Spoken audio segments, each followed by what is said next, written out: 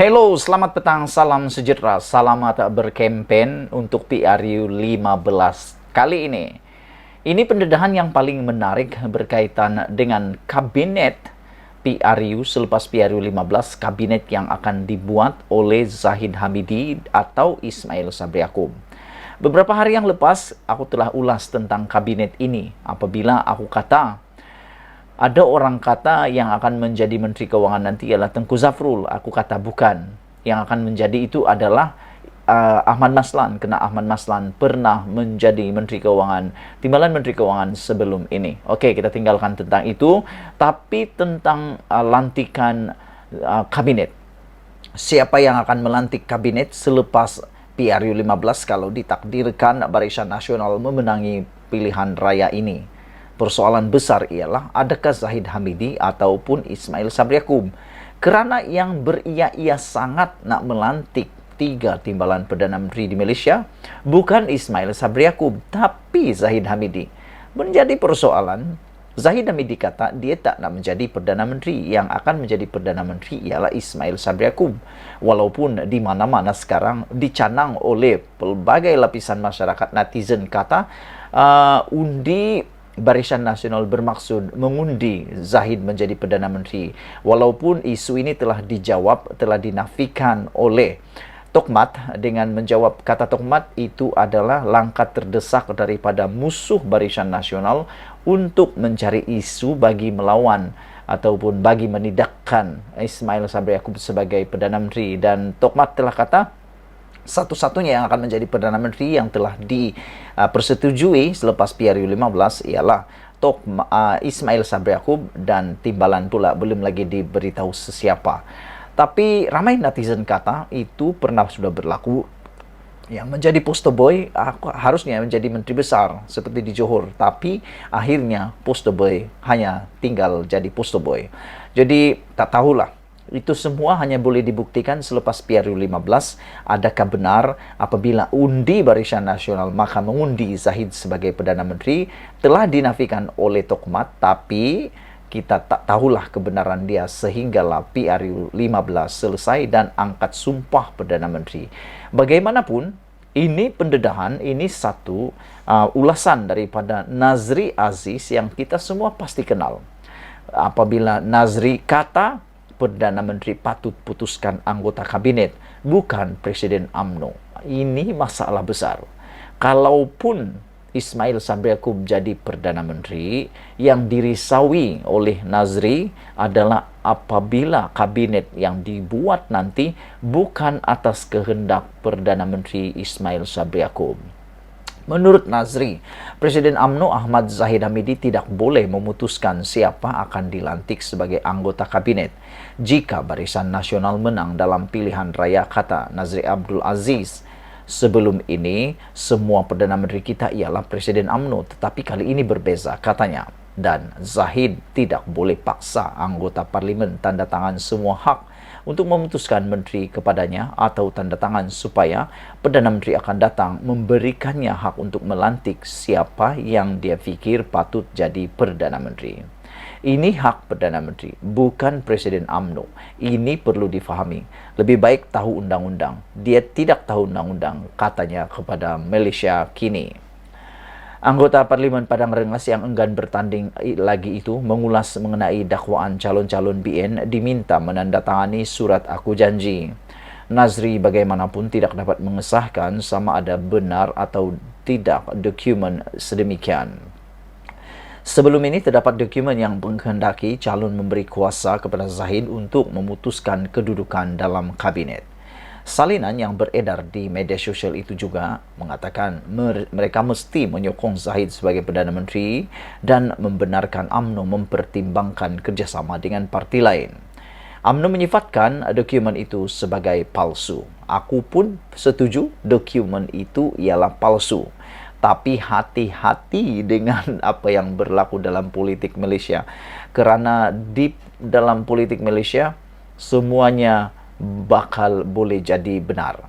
Berita palsu selalu dinafikan, bahkan kabar-kabar angin selalu jadi kabar angin dan akhirnya hujung-hujung boleh jadi berita benar pula. Nah, itu dia. Berhati-hati kita dengan kabar-kabar angin. Karena banyak sudah bukti kabar angin boleh jadi kebenaran. Itu dia, saudara-saudara sekalian. Aku pun setuju bahwa Perdana Menteri lah yang patut melantik kabinet, membuat kabinet, bukan presiden mana-mana parti. Siapapun yang akan menjadi Perdana Menteri nanti, dialah yang akan patut melantik kabinet. Kerana kalau tidak, bermakna Perdana Menteri itu hanya menjadi boneka semata-mata. Buat apa ada Perdana Menteri kalau orang lain yang menentukan keputusan, orang lain yang menentukan sesuatu keputusan. Kita mahu Perdana Menteri yang benar-benar boleh membuat keputusan, bijaksana, tegas, dan mempunyai credibility, kebolehan, dan boleh memandang masa depan yang cerah. Sekian dulu untuk kali ini. Jangan lupa tinggalkan komen Anda, tekan butang subscribe. Malaysia kita punya, kita juga sama-sama cintai Malaysiaku. Bye-bye. Selamat petang, salam sejahtera. Menjelang keputusan PRU tidak lama lagi kita akan ketahui. Ini satu pendedahan daripada Perlis yang mungkin membuatkan Zahid makin hari makin stres. Apa yang terjadi? Orang buangan UMNO ini, orang reject UMNO ini, calon reject UMNO ini, yaitu Shahidan Kassim, tiba-tiba umum pula keputusan dia mahu menamatkan penguasaan Barisan Nasional di Perlis dan dia mahu Perikatan Nasional menguasai Perlis. Wow, ini memang hebat. Shahidan cuba menghancurkan penguasaan BN di Perlis. Sejauh mana Shahidan boleh membuat itu, kita akan lihat lagi selepas beberapa waktu ini. Veteran UMNO yang kini bertanding atas tiket Perikatan Nasional, yaitu Datuk Seri Shahidan Kassim, tidak mempunyai masalah dengan PAS mengambil alih sekiranya parti itu menang pada PRU 15.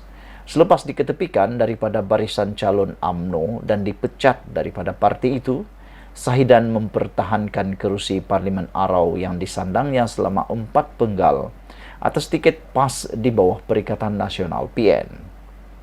Beliau berkata tiada masalah dalam PAS mentadbir Perlis. PAS adalah bumi putra Islam, katanya menurut The Malaysian Insight. Penyandang ahli Parlimen Arau itu percaya UMNO menggugurkannya sebagai calon kerana kepercayaannya dalam menyatukan masyarakat Islam di Malaysia yang berbilang kaum atau apa yang disebut sebagai perpaduan ummah. Beliau berkata keputusan UMNO itu tidak secocok dengan sentimen sebenar pengundi dan akar umbi. Saya setuju, PAS bersetuju dengan perpaduan ummah. Hanya pemimpin UMNO yang tidak bersetuju. Tetapi rakyat bersetuju. Akar umbi UMNO menyokong perpaduan ummah, kata Shahidan. Ketika diminta mengulas laporan pemuda berbaju hitam yang memaparkan gambarnya, Shahidan berkata ini membuktikan beliau sentiasa menjadi sokongan pemuda bukannya UMNO. Saya tidak perlu bercakap mengenai sokongan. Ini semua orang muda. Setelah sekian lama mereka masih tidak mengenali UMNO. Mereka hanya mengenali Shahidan, kata beliau lagi. Selama lebih 4 tahun mereka UMNO tidak pernah membantu saya, kata Shahidan. Matlamatnya pada PRU 15 adalah untuk menamatkan penguasaan Barisan Nasional BN di Perlis dan agar negeri itu mengikut jejak langkah Kedah, Kelantan dan Terengganu untuk dikuasai oleh PAS. InsyaAllah kita doakan Perikatan Nasional berjaya memerintah negara ini, tetapi yang penting Perikatan Nasional akan menawan Perlis. Satu undi untuk Perikatan Nasional adalah satu undi untuk perpaduan ummah, kata Shahidan. Bagi PAS dan Perikatan Nasional, mereka melihat pengaruh Shahidan dalam politik Perlis sebagai faktor penentu yang akan menjamin kemenangan negeri. Saya lihat dia mempunyai ramai pengikut yang setia kepadanya. Anak-anak muda ini menunjukkan bahawa dia mempunyai ramai penyokong. Dia menang kerana sokongan akar umbinya yang hebat, kata Mursyidul Am PAS Datuk Hasim Jassin. Perikatan Nasional perlu memenangi sekurang-kurangnya 8 kerusi untuk membantu kerajaan negeri membentuk kerajaan negeri dan mereka yakin 6 kerusi dengan 2 lagi bergantung kepada pengaruh Shahidan. Daripada 9 itu, kita bertanding. Jika kita boleh mencapai 6 kemenangan, jika bersatu menang beberapa, kita boleh membentuk kerajaan negeri bersama-sama. Kita kalah di Dun Simpang 4 pada PRU 14, tetapi kali ini orang Sahidan akan bantu kita menang. Di kawasan Kangar dan Padang Besar, saya percaya kita boleh menang beberapa lagi kerusi Dun.